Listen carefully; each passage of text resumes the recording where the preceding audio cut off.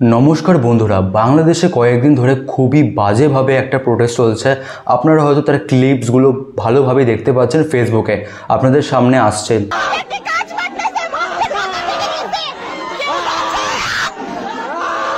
আর ফেসবুকে এত পরিমাণে শেয়ার হচ্ছে তো সবার মনে একটা প্রশ্ন উঠবেই যে কি আসলে হয়েছেটা কি, প্রোটেস্ট চলছে কেন আর প্রোটেস্ট থামছে না কেন, কেন এত লোক আহত হচ্ছে, কেন এত লোক মারা যাচ্ছে, মেন প্রবলেমটা কোথায়।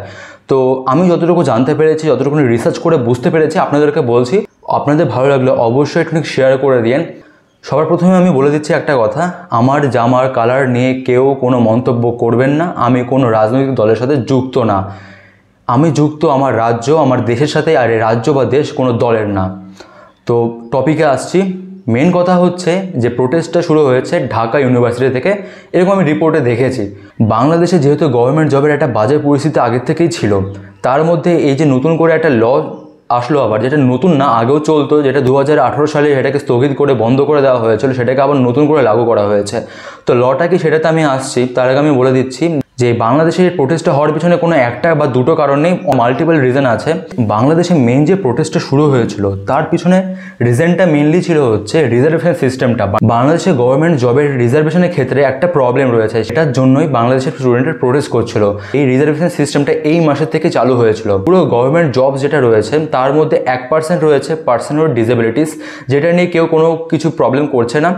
তার সাথে রয়েছে 5% মাইনরিটিসদের জন্য, 10% রয়েছে যারা মহিলা তাদের জন্য, আর 10% সিট রয়েছে যারা পিছিয়ে পড়ে ডিস্ট্রিক্ট থেকে এসছে, কিছু স্পেশাল ডিস্ট্রিক্ট সেখান থেকে।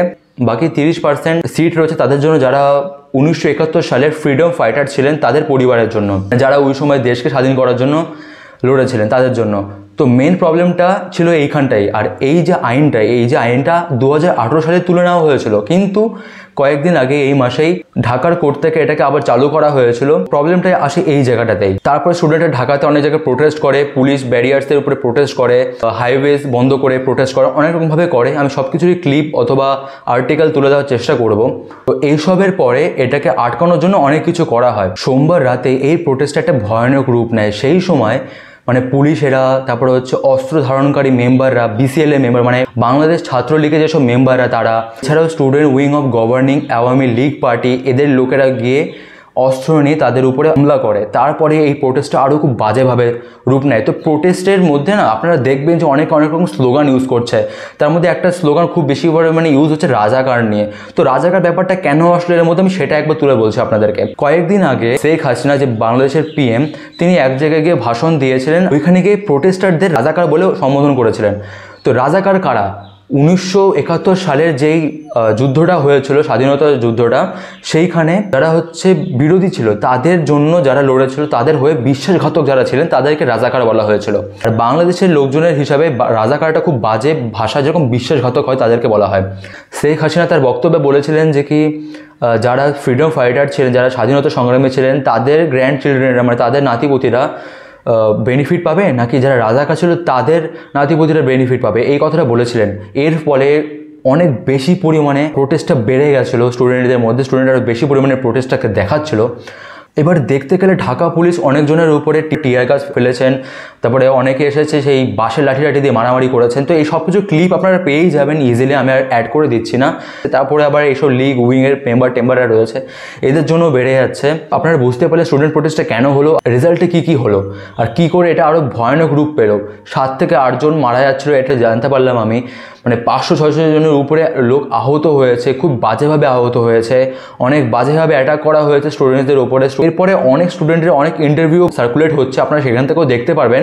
তার মধ্যে 2 জন স্টুডেন্টের কথা আমি আপনাদেরকে শোনাচ্ছি। একজন স্টুডেন্ট বাংলাদেশে, যার নাম রাকিব, সে হয়তো 17 বছর বয়সের, ঢাকা সিটি কলেজের স্টুডেন্ট।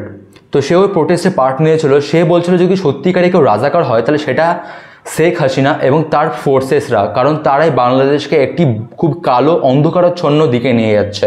ঢাকার একটি কলেজ আছে, পাবলিক কলেজ, তার নাম হচ্ছে বীরশ্রেষ্ঠ মুন্সি আব্দুর রফ পাবলিক কলেজ। সেখানকার একটি স্টুডেন্ট লামিয়া, এই মেয়েটিও এই প্রোটেস্টে অংশগ্রহণ করছে, যদিও তার ফ্যামিলিতে আগে ফ্রিডম ফাইটাররা ছিল, তা সত্ত্বেও সে এই প্রোটেস্টে অংশগ্রহণ করেছে। মেন কথা হচ্ছে কোর্ট থেকে অর্ডার দিয়েছে এখন যে কয়েকদিনের জন্য এইটাকে ইমপ্লিমেন্ট করা হবে না, স্থগিত করে রাখা হচ্ছে। কিন্তু প্রোটেস্টাররা চায়, মানে স্টুডেন্টরা চায় এটাকে সম্পূর্ণ পরিমাণে পার্মানেন্টলি বন্ধ করে দেওয়া হোক। 2018 সালে এটাকে পুরোপুরি বন্ধ করে দেওয়া হয়েছিল, নতুন করে চালানোর কোনো দরকার নেই। আর তার থেকেও বড় কথা, এই যে 56% রিজার্ভেশনের যে সিটটা রয়েছে না, সেই ভ্যাকেন্সিটা যদি পূরণ না হয় না, তাহলে সেটাকে ভ্যাকেন্টই রেখে দেওয়া হবে। তো এই সব কিছুর বিরুদ্ধেই গিয়ে প্রোটেস্টটা হচ্ছে, আর তারই আপনারা ফলাফল দেখতে পাচ্ছেন। যেহেতু আমি এরকম টাইপের ভিডিও প্রথমবার বানাচ্ছি, হয়তো অনেক ভুল আমি করে ফেলেছি, তো সেটাকে ঠিক সরিয়ে রাখবেন, আর্টিকেলগুলো দেখবেন, আমি লিঙ্ক দিয়ে দেওয়ার চেষ্টা করব।